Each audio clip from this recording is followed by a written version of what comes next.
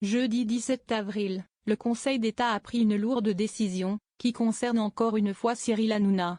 Les faits remontent à 2024, après l'interview de Loana. C8 a cessé d'émettre le 28 février 2025. Plusieurs semaines après sa fermeture, la chaîne est mise en demeure. Cela fait suite à une interview de Loana, venue sur TPMP en février 2024. Cela fait désormais 1 mois et demi que NRJ12 et C8 ont disparu de la TNT. Pourtant, même après sa fermeture, l'ancienne chaîne du groupe Canal+ continue de faire parler d'elle. Et pas pour les bonnes raisons.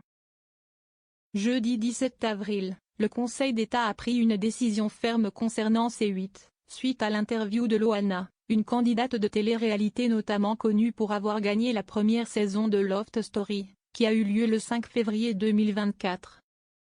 C'est un nouveau coup dur pour C8, notamment pour les chroniqueurs de Touche pas à mon poste. Comme l'explique Stélifact dans un article relayé par Pure Média.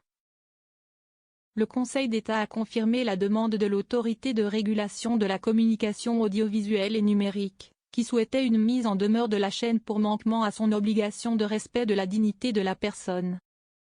Les faits remontent au 5 février 2024, lorsque Loana est venue sur TPMP. Elle a parlé du viol qu'elle aurait subi en septembre 2023. Lors de son récit, elle a éprouvé des difficultés à parler.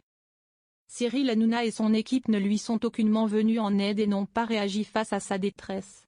Ainsi, l'Arcom a dénoncé des manquements sur le respect de la dignité de la personne humaine.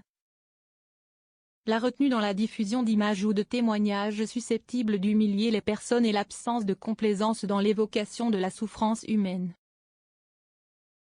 À l'époque, la chaîne avait formulé un recours pour annuler cette mise en demeure, en essayant de se défendre tant bien que mal. C8 avait avancé que Loana avait fourni les photos qui allaient être diffusées et révélé de son plein gré son histoire dans les médias. Des arguments qui n'ont pas suffi. En effet, les juges administratifs ont affirmé, la séquence se caractérise dans son ensemble, outre la diffusion des photographies du corps dénudé de la victime du viol.